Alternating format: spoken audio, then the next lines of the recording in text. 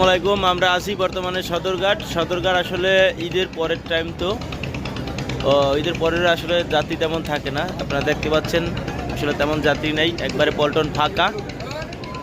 চরপেশন বেতের উদ্দেশ্যে ছেড়ে যাচ্ছে তাশরিফ 3, এর আগে ছেড়ে গেছে কর্ণফুলী 13 আর টিপু 13। তো কিছুক্ষণের মধ্যে ছেড়ে যাবে তাশরিফ 3। আসলে দেখতে পাচ্ছেন তেমন কোনো যাত্রী নেই, একবারে সদরঘাট ফাঁকা বললেই চলে। ভোলা ইলিশের উদ্দেশ্যে ছেড়ে যাবে কর্ণফুলী 11। ওই যে দেখা যাচ্ছে লঞ্চটা আসলে খুব সুন্দর দেখা যাচ্ছে, আলোতে আলোকিত। এই যে সদরঘাটের বর্তমান পরিস্থিতি, একবারে জনশূন্য বললেই চলে।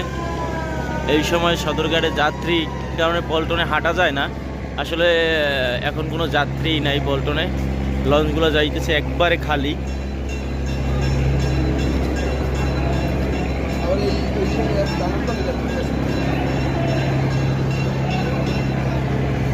তেমন কোনো যাত্রী নাই, একবারে ফাঁকা সদরঘাট।